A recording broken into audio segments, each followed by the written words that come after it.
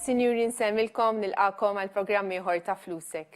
Illum ser nibdew il-programm b'intervista ma' Sur Nikhil Patil li huwa l-kap eżekuttiv tal-Go PLC, kumpanija kwotata fuq il-Borża ta' Malta.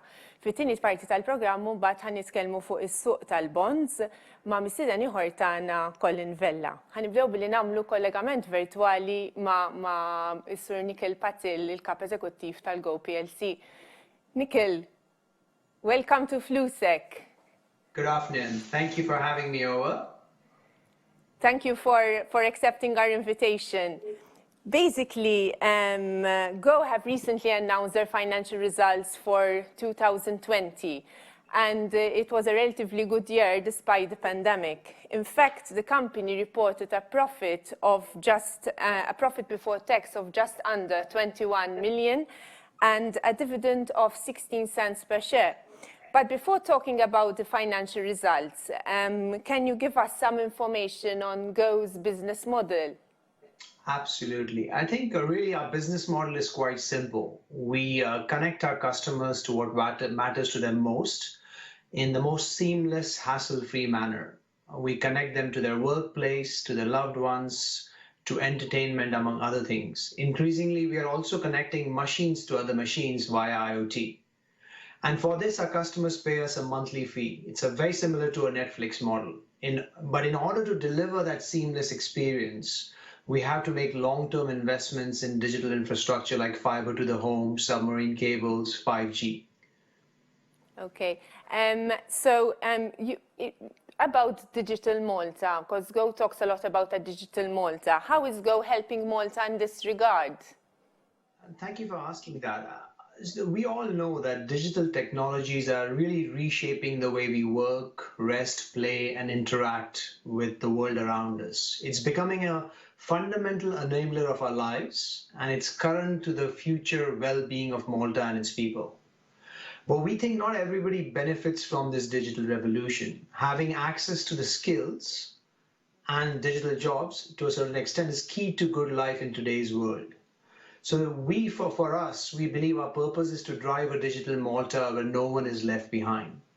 So what do we mean by this and why is it important? I think driving a digital Malta means going beyond just being a provider of connectivity. We want to center ourselves around the needs of Maltese citizens and their digital needs.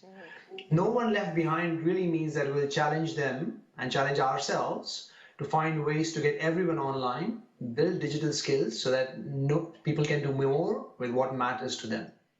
So if you look at what we are doing currently for Digital Malta, I think in the next 3 to 4 years, all of Malta, or majority of Malta, will have fiber to the home. It'll be the first European nation with more than 80 to 85% homes covered by fiber.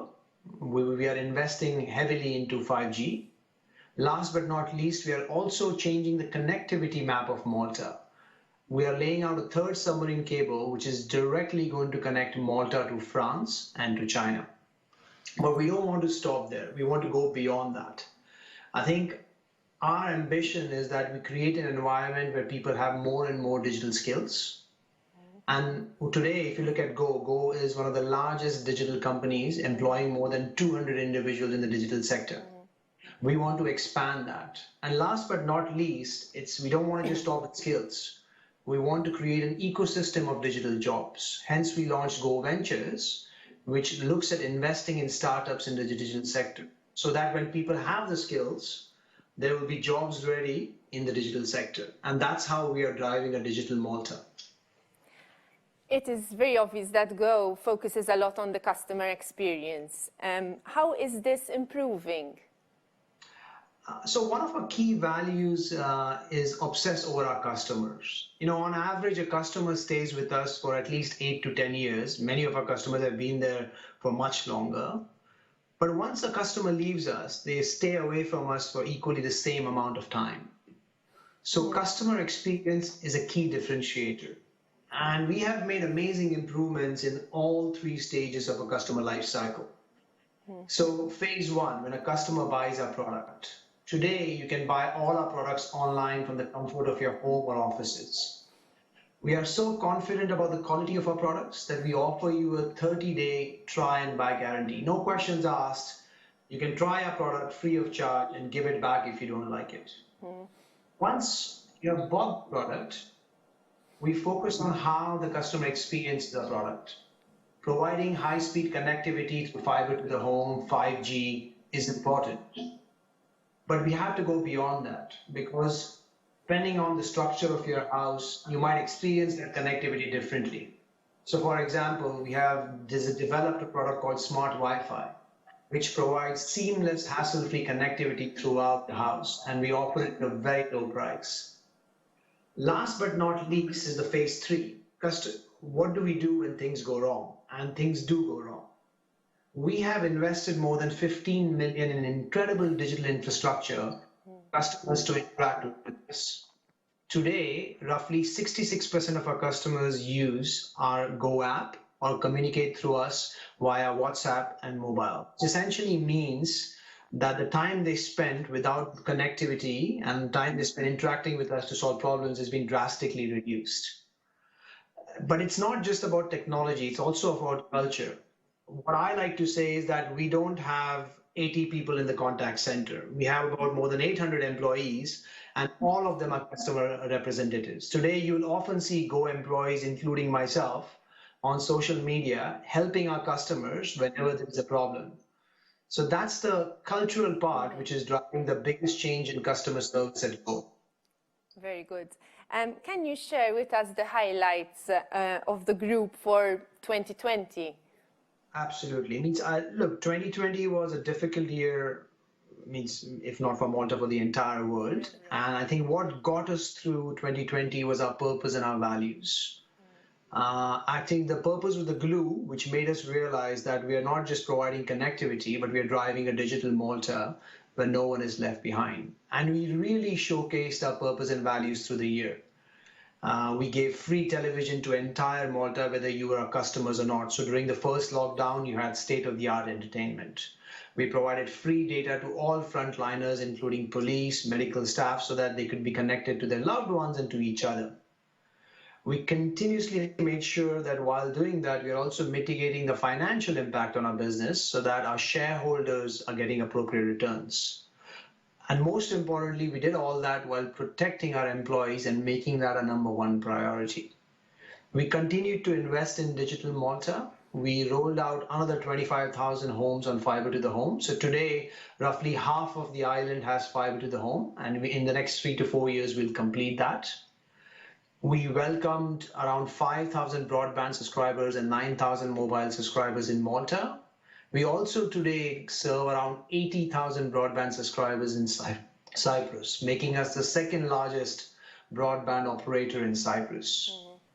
Across the group, we registered strong revenue growth, especially in CableNet and BMIT, which are our subsidiaries.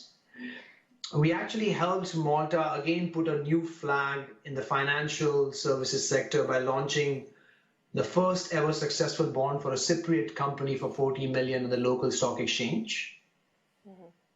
We invested about 1 million in 4 startups. 2 of them are based in Malta, which further pushed Go Ventures. And last but not least, we did all that while giving a healthy return to our shareholders in a form of 16 cents of dividend. In fact, to discuss a bit the financial results, as you mentioned, the group registered an increase in revenue, but a slight decrease in operating profits. How were these results achieved and what impacted the group negatively? Absolutely. So I think revenue grew because we had growth in local broadband subscriber revenue, growth in BMIT, and growth in Cyprus. However, there were 3 things which hit the operating profit. One was a one-time restructuring cost because we actually took time to take costs out. These costs probably won't be incurred going forward. Secondly, we invested heavily in sports content in 2020 in Cyprus, which actually the impact of that, positive impact of that, will be seen in the next 3 years. But the cost was taken in 2020. And last but not least, we continue to invest in network infrastructure, which has led to higher depreciation. So it is really the loss in operating profit, a slight reduction in operating profit is because of the reinvestments we have made in improving future profitability. The company announced a final dividends payment of 16 cents net of tax per share, despite the present pandemic. Undoubtedly, this is a strong message of strength. Should shareholders expect consistent dividend payments going forward? So our mantra always has been to invest for the long term while taking care of the short term.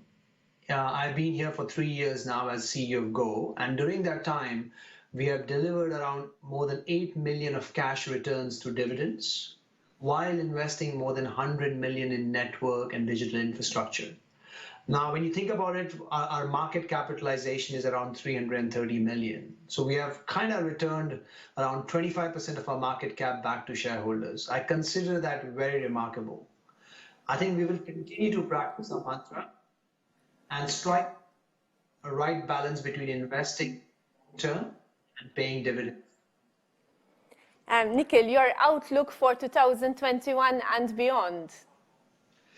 Yeah, I think, look, we all, I'm sure, are looking forward to moving past COVID. I think hopefully with the vaccines being rolled out, we can open up our economy, welcome visitors, and put this chapter behind us. For the long term, it's really about living our purpose and values. I think we'll continue to drive a digital Malta where no one is left behind, which means in the next 3 to 4 years, we will make sure that majority of the households have fiber to the home. We'll make sure that the entire country has the best 5G coverage. We will connect Malta to mainland Europe and China through a new cable, which will bring down the cost of connectivity. We'll continue to serve our customers and obsess over them to the best of our abilities. And last but not least, we'll hope to continue in startups, which will establish Malta as a go-to destination in the Mediterranean for new businesses. Nikhil, thank you very much for the interesting update on the company, and thank you again for being with us today, and I augur you and the company continued success in the future. Thank you. Absolutely. Thank you for having me. Have a nice day. Same to you. Ħanamlu waqfa qasira ta' ftit minuti, ibqgħu magħna.